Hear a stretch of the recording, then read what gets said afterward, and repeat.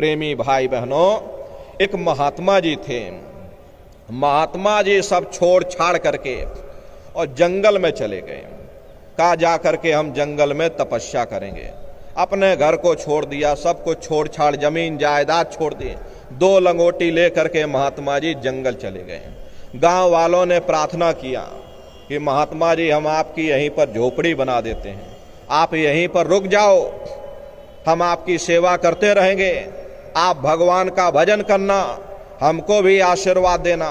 महात्मा जी ने कहा अच्छा ठीक है बच्चा, तुम इतनी फरियाद करते हो तो मेरी यहीं पर एक झोपड़ी बना दो नदी के किनारे, हम यहीं बैठ करके भगवान का भजन करेंगे। खैर सवेरे महात्मा जी झोपड़ी बनी, सब तैयार हुआ, महात्मा जी उसमें रहने लगे, भगवान का भजन करने लगे। समस्या इस बात की थी, महात्मा जी सवेरे उठते थे, अपनी लंगोटी को सुखाने के लिए रख देते थे, तो बेचारे महात्मा जी की लंगोटी चूहा काट जाते थे। अब बेचारे महात्मा जी बड़े परेशान, करें तो करें क्या, महात्मा जी की लंगोटी चूहा काट गए। महात्मा जी ने गांव वालों से कहा भाई यहाँ पर चूहे बहुत हैं, इसका तुम थोड़ा इंतजाम करो। गांव वालों ने सुझाव दे दिया कि महात्मा जी आप एक बिल्ली पाल लो, अगर बिल्ली पाल लोगे तो घर में कोई चूहा रहेगा ही नहीं। महात्मा जी ने कहा बच्चा कह तो तुम ठीक रहे हो, चलो ठीक है हम बिल्ली पाल लेते हैं। महात्मा जी ने बिल्ली पाल ली। अब बिल्ली कहती है मुझे दूध दो, जब तक तुम दूध नहीं दोगे मैं तुम्हारी लंगोटी की रक्षा नहीं करूंगी। अब महात्मा जी बेचारे और परेशान, देखो कैसे मनुष्य फंसता चला जाता, एक लंगोटी के चक्कर में कितना बवाल हो गया। अब बिल्ली कह रही मुझे दूध दो, मुझे दूध चाहिए। महात्मा जी ने कहा गांव वालों से भाई सुबह शाम दूध ला करके दे दिया करो। अब कुछ दिन तो गांव वाले दूध देते रहे।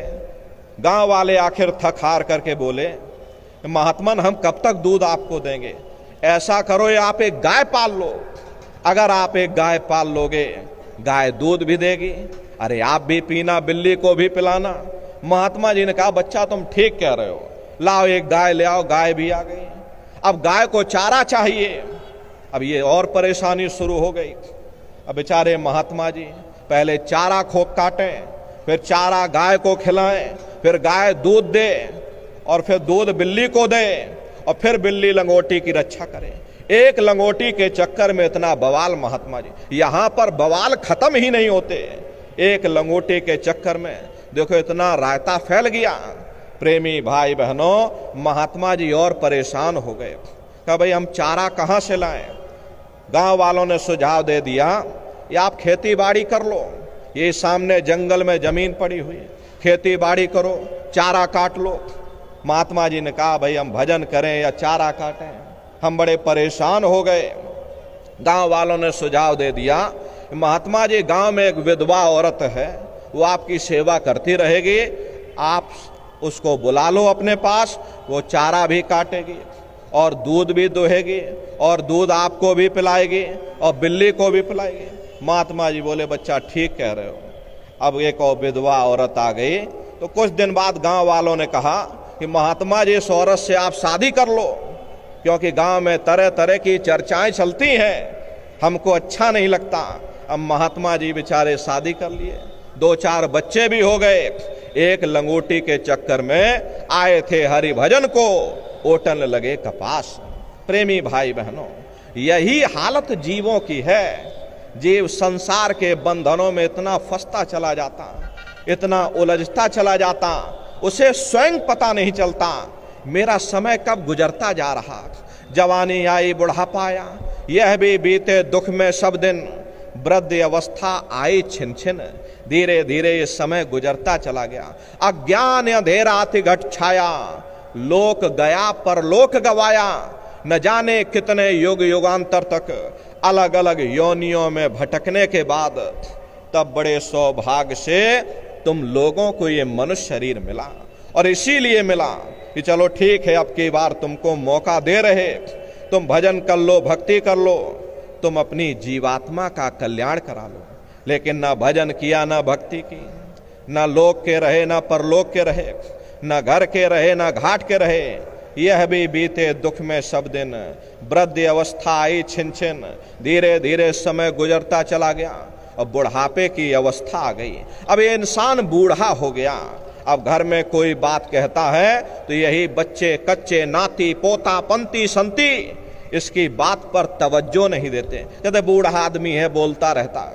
ये सुन सुन करके बेचारे इंसान का हृदय दुखी होता चला जाता, सोचता है, मन ही मन विचार करता है, मैंने अपना पूरा जीवन इन बच्चों कच्चों के लिए, नाती पोता पंती संती के लिए गुजार दिया, आज वही औलादें हमारी बात को नजरअंदाज कर रही। प्रेमी भाई बहनों, ये समय बुढ़ापे का बड़ा कष्टकारी होता।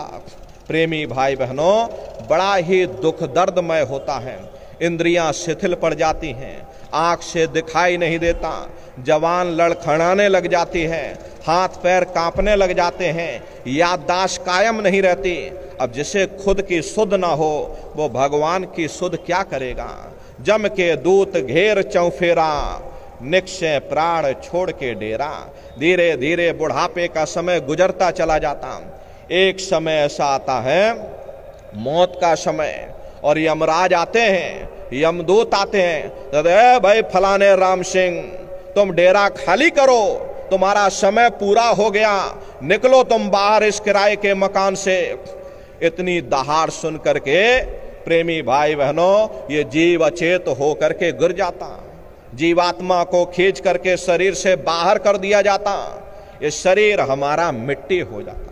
अरे इस मिट्टी को ले जा करके शमशान भूमि पर जला करके राख कर देते।